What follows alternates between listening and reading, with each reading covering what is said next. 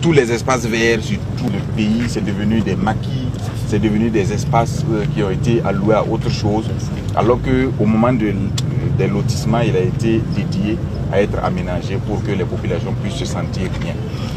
Et nos dévanciers ont bien vu en faisant en sorte que dans chaque quartier, vous retrouvez au moins à l'intérieur de la section ou en tout cas de l'ensemble du bloc qui a été loti, des espaces qui sont dédiés à cela. La pérennité aussi est un aspect important. J'ai insisté là-dessus. Il ne s'agit pas de le faire et de l'abandonner. Voilà pourquoi j'ai dit derrière, il faut que nous ayons un modèle économique qui fasse en sorte que l'infrastructure s'autofinance. C'est de faire en sorte que les kiosques que vous allez installer en place, qui ne sont pas des kiosques pour faire des maquis, pour vendre des boissons. Ce sont des kiosques pour valoriser des produits locaux, valoriser des produits qui sont issus du savoir-faire local, que ce soit de l'artisanat ou bien des productions agro-pastorales ou sylvicoles. En tout cas, il faut faire en sorte que ce soit des espaces qui soient sains et des espaces qui puissent garder leur vocation. Je vous ai également instruit de faire en sorte que les abords des canaux principaux qui traversent la ville de Ouagadougou puissent être nettoyés et aménagés pour qu'on puisse réinstaller un certain nombre d'acteurs qui vont bien sûr être obligés à un moment donné de quitter les emplacements où ils sont installés. On retrouve des maquis à côté d'établissements d'enseignement, on retrouve des maquis à côté d'établissements de formation.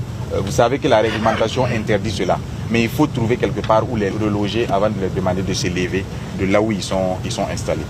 Donc on fera le point, il y a un comité de suivi qui sera mis en place par le secrétaire général adjoint pour suivre chaque semaine l'évolution de ces différents aménagements. Comme j'ai dit, j'insiste, ça doit démarrer sur toute l'étendue du territoire au même moment. Il y a également en ce qui concerne la forêt de Kwa et Bangroero, nous sommes en train de discuter au niveau stratégique avec le ministre en charge de la sécurité qui gère la question relative aux eaux et forêts pour que ça puisse se faire de manière intégrée. Comme je vous ai dit, la collégialité gouvernementale oblige que nous puissions avoir sur les aspects où les attributions se recoupent une certaine concertation et une action harmonisée et concertée pour favoriser un développement harmonieux dans notre pays. Donc on va vous attendre aux résultats. On a mis les moyens à disposition. Le projet RED Plus a été instruit de réaffecter certaines de ces ressources à ces aménagements pour que nos villes puissent avoir une certaine attractivité et que nos populations puissent vivre dans des cadres sains. Il y a à voir seulement les quelques ronds-points qui ont été aménagés par Fassou Mebo et qui nous donnent de la fierté. J'insiste chaque fois, la question de délai est une question vitale. On n'a pas tout le temps pour le faire. En fin juin, on ne doit plus parler d'aménagement en cours.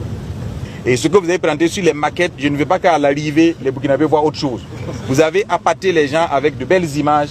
Il faut qu'à l'arrivée, ces images, ce qu'on voit sur le terrain, soient le plus proche possible de ce que vous avez présenté à l'opinion publique. En tout cas, je vous engage et je ferai un suivi. Vous savez comment je fonctionne. Donc, j'irai sur le terrain, je verrai ce qui se fera. Et comme vous savez, chez moi, si c'est bien fait, on récompense. Si c'est mal fait, on sanctionne. Voilà, allez, donc au boulot et à très bientôt pour le constat sur le terrain.